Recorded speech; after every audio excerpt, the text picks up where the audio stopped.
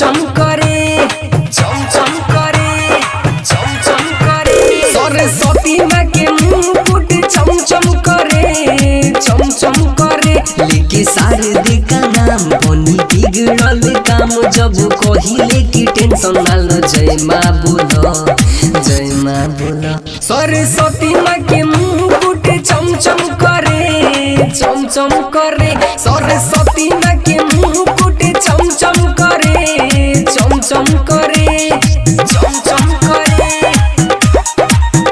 चम चम करे। सरस्वती माँ के मुकुट चम चम करे, चम चम करे।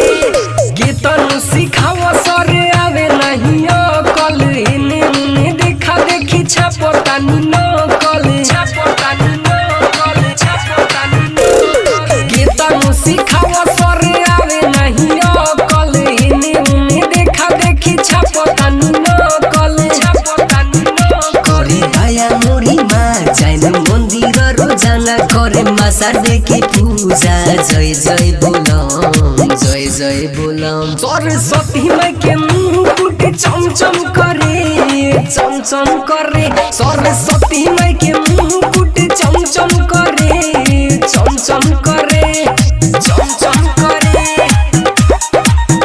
चम चम करे। सरस्वती माँ के मुकुट चम चम करे, चम चम करे।